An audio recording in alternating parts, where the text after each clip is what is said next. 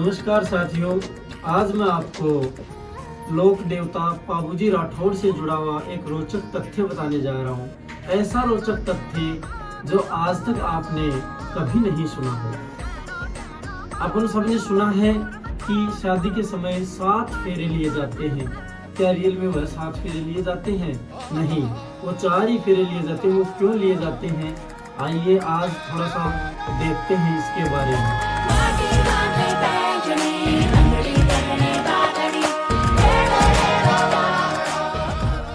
पाबूजी राठौड़ जब अमरकोट विवाह करने के लिए जाते हैं सोडा राय की पुत्री फुलमडे के साथ में, तो उस समय पाबूजी राठौड़ की धर्म की बहन जो कि देवलचारिणी जिसका नाम था, उनके बारे में बताता हूँ कि देवलचारिणी की जो गाय थी वो उनके पाबूजी राठौड़ के बहनोई जिंदराव खींची चुरा करके ले जाते हैं और जिंदराव खींची के द्वारा पाबूजी राठौड़ के बहनोई जो हैं उनके द्वारा देवलचारिणी के पति देवर जेठ इन सबको मौत के घाट उतार दिया जाता है।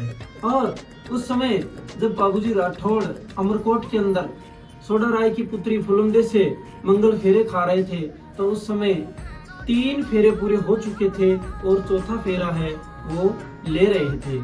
उस समय देवलचारिणी सुगन चिड़िया का रूप धारण करके और सोडा राय के घर पहुंचती है, तो पाबूजी राठौड़ सुगन चिड़ी यानी कि देवलचारिणी जो उनकी धर्म की बहन थी उनको देख करके और फेरे में ही फुलमडे से वादा करते हैं, वचन देते हैं फुलमडे को कि जा तुझे मैं वचन देता हूँ, आज से तुझे मैं मेरी पत्नी के रूप में स्वीकार करता हूँ और अगर मैं जिंदा रहा तो यह लड़ाई लड़ करके ये युद्ध लड़ करके मैं वापिस आऊंगा और आपसे जो शेष रहे 3 फेरे हैं वो वापिस भी मैं लूंगा।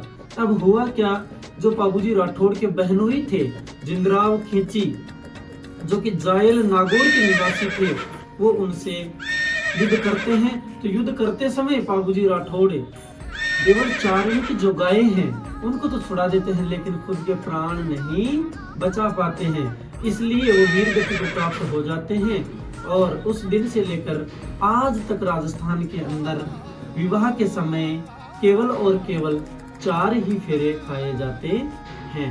धन्यवाद।